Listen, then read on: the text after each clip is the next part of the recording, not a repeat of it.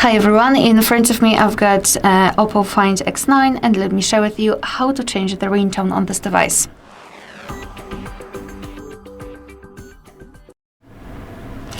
So let's start with opening the settings, and here we have to scroll and find sound and vibration.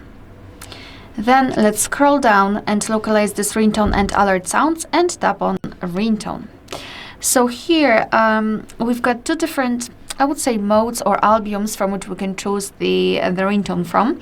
Moreover, here we've got this custom option, and if you've got something downloaded or recorded, then you can simply enter on this device and choose it and set it as a ringtone. Let me pick something from nature maybe. After tapping on it, we will be transferred to the list of pre-installed ringtones. So all you have to do to listen how the particular ringtone sounds is to simply tap on it, enter your device,